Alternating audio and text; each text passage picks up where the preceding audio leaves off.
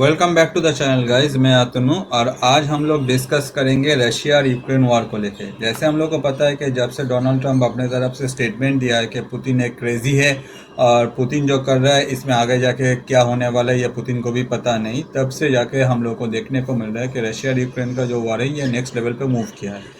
जिसमें हम लोग को फर्स्ट जो देखने को मिला कि पुतिन का जो कार है उसके ऊपर अटैक हुआ। सेकंड जो हम लोग को देखने को मिला पुतिन का हेलीकॉप्टर के ऊपर अटैक हुआ। थर्ड जो हम लोग को देखने को मिला रशिया के जो बॉम्बर्स थे उस पर अटैक हुआ। और अभी फोर्थ इंसिडेंट जो हुआ है उसमें हम लोग को देखने को मिल रहा है कि रशिया के जो ब्रिज थे उसको तोड़ा गया है, एग्जैक्टली तोड़ने का कोशिश किया गया है, वो भी एक हाईटेक वे से। क्या हुआ है नहीं हुआ है सारा इन्फॉर्मेशन आपको देता हूँ, उससे पहले एक बार ये देख लीजिए जिससे आपको पता चल जाएगा एग्जैक्टली क्या इंसिडेंट है। तो नो डाउट कोई भी ये एक्सपेक्ट नहीं किया था कि इस लेवल पे यूक्रेन आगे जाके रशिया के ऊपर अटैक कर सकता है। जिसमें हम लोग को देखने को मिल रहा है अंडर वाटर ड्रोन्स, जो एक न्यूएस्ट थ्रेट है मॉडर्न वॉरफेयर में, जिसको यूज़ किया गया है। और जो क्रीमियन ब्रिज था, मतलब रशिया के साथ जो क्रीमिया को कनेक्ट करता था, उस ब्रिज के ऊपर अटैक किया गया है। अब जो क्वेश्चन अराइज करता है कि ये अभी क्यों किया गया है, इसके अभी क्या रीज़न है ये करने का, और अगर ऐसा किया गया है तो मतलब कैसे इसको किया गया है, या फिर कैसे इसको आगे एस्केलेट किया के रशिया के ऊपर एक प्रेशर क्रिएट करे यूक्रेन, ये चलिए जानते हैं।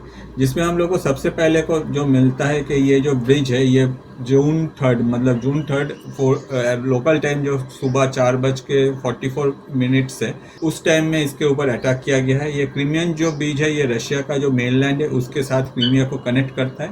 On the other side Crimea का इस टाइम में रशिया का इतना इंपॉर्टेंस इसलिए है कि रशिया का जितना भी जो लॉजिस्टिक्स है जो वॉर में लग रहा है या फिर जो भी एमुनेशन है वो इसी ब्रिज के थ्रू ट्रैवल करता है। आगे जाके क्रीमिया से वो डिफरेंट लोकेशन में जो यूक्रेन का लोकेशन है वहाँ ये जाता है।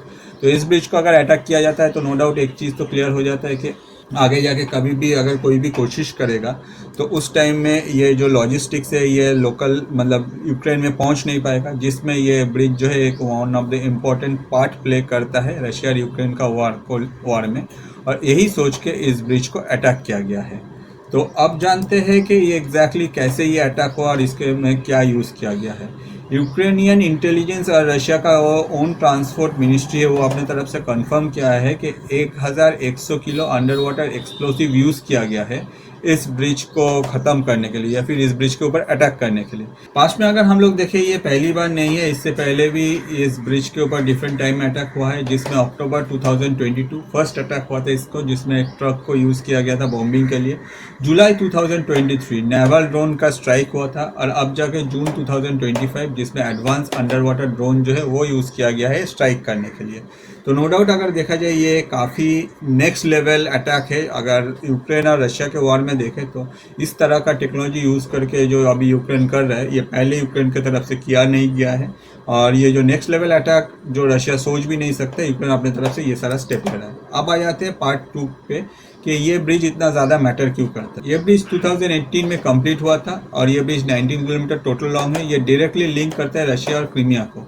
ऑन द अदर साइड यही ब्रिज को यूज़ करके ट्रूप्स, फ्यूल, वेपन सप्लाई जो है ये सब कुछ किया जाता है यूक्रेन में। 2014 में रशिया ने अनेक्स किया था क्रीमिया को, और उसके बाद से देखा जाएगा तो ये ब्रिज नो डाउट एक मतलब काफ़ी सिंबॉलिक आइकन है प्रेसिडेंट पुतिन के तरफ से कि ये जो लॉजिस्टिक यहाँ से ट्रैवल करते हैं जिसके वजह से नो डाउट ये one of the most important part है।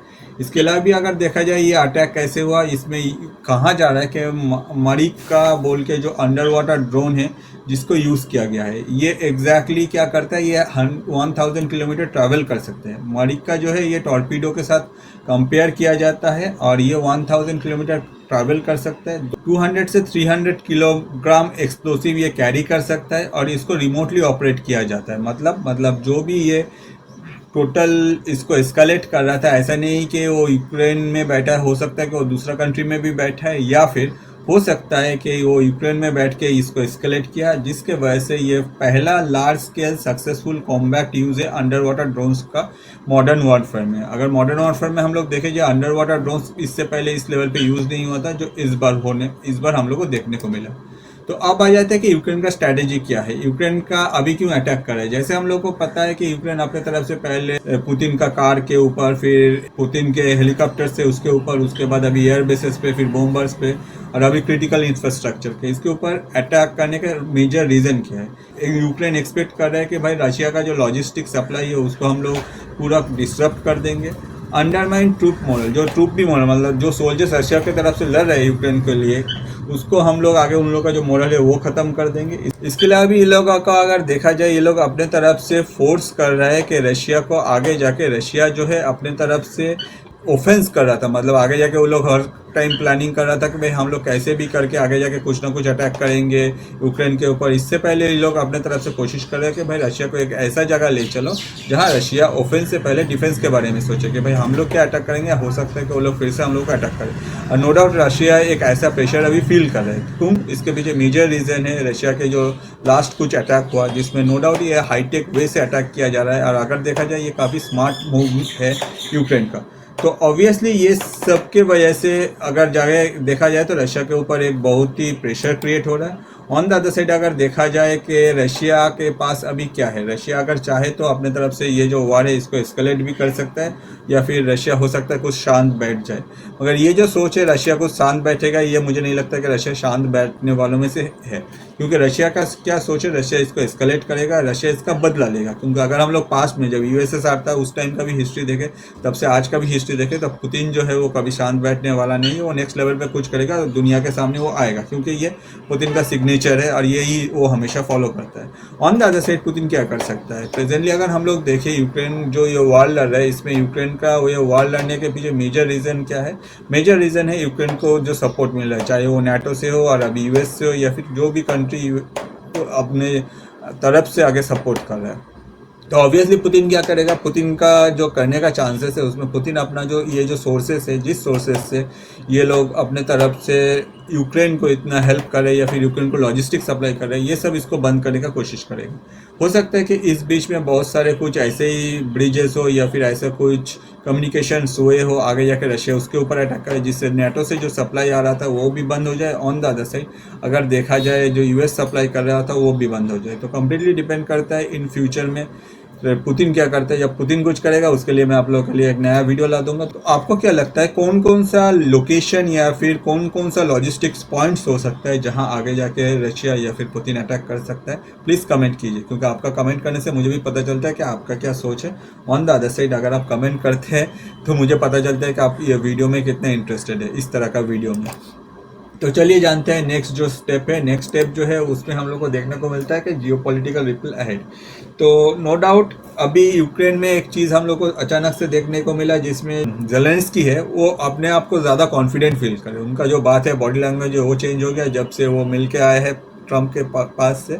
और अभी यूक्रेन का कहना है कि we can strike any time anywhere. वो भी रशिया को बोल रहा है, रशिया जैसे कंट्री जो कि इतना वर्ल्ड वॉर में इतना बार लड़ा है, इतना सब कुछ देखा है। तो जो भी है, अगर ये जो लीडर्स है यूक्रेन का ले लीजिए, ये ज़ेलेंस्की के साथ पुतिन का कभी कंपेरिजन हो ही नहीं सकता।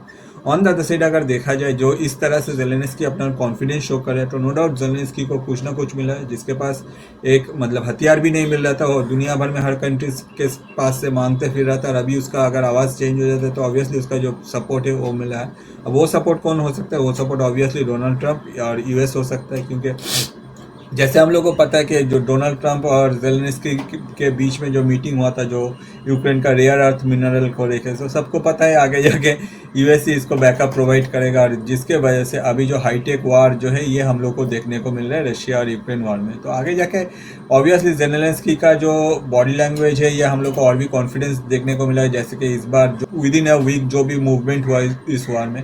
और पुतिन क्या करेगा ये हम लोग एक्सपेक्ट नहीं कर सकते, क्योंकि पुतिन का जो मूवमेंट है ये थोड़ा सा अनएक्सपेक्टेड ही रहता है। मगर वो कुछ करेगा, जो करेगा वो ऑब्वियसली ऐसा सिग्नेचर क्रिएट करेगा जो आगे जाके यूएस को भी सोचने पे मजबूर कर देगा। कि जो ट्रम्प बोल रहे थे ना कि मैं जब भी प्रेसिडेंट बनूंगा तो विद इन 24 आवर्स ये वार ख़त्म कर दूंगा, तो ऐसा कुछ तो होने वाला नहीं है। पीस टॉक जो चल रहा है, पीस टॉक चल रहा है अभी। पीस टॉक में हर कंट्री का अपना अपना जो स्टैंड है वो है, और कंट्री जो है अपने तरफ से कोशिश कर रहे हैं कि भाई नेक्स्ट लेवल पे हम लोग अपने तरफ से कुछ ना कुछ कोशिश करें और आगे जाके हम लोग देखें कि इसमें क्या होता है। तो जो भी है वो देखने को मिलेगा। होपफुली आपको ये वीडियो समझ में आ गया। अगर आपको ये वीडियो समझ में आ गया तो मैं आपको रिक्वेस्ट करूँगा प्लीज़ चैनल पे जाइए, क्योंकि हमारे चैनल पे बहुत सारे टॉपिक्स में बहुत सारे वीडियोज़ हैं, जो वीडियो होपफुली आपको अच्छा लगेगा। और अगर आपको अच्छा लगता है तो प्लीज़ आपके दोस्तों के साथ शेयर कीजिए। आपके जो भी दोस्त है जिसको इस तरह का टॉपिक में इंटरेस्ट है प्लीज़ शेयर कीजिए। उससे क्या होता है, आपका जो दोस्त है उनको आपका क्या टेस्ट है, आपको कौन सा वीडियो देखना अच्छा लगता है ये समझ में आ जाता है। ऑन द साइड हम लोग जैसे जो क्रिएटर है हम लोग का भी रोजी रोटी चलता रहता है। ये वीडियो इतना ही तक। नेक्स्ट वीडियो लेकर मैं फिर से हाजिर हो जाऊंगा। वीडियो पूरा एंड तक देखने के लिए आपको और आपके लाइफ के स्पेशल पर्सन को मेरे तरफ से बहुत सारा धन्यवाद।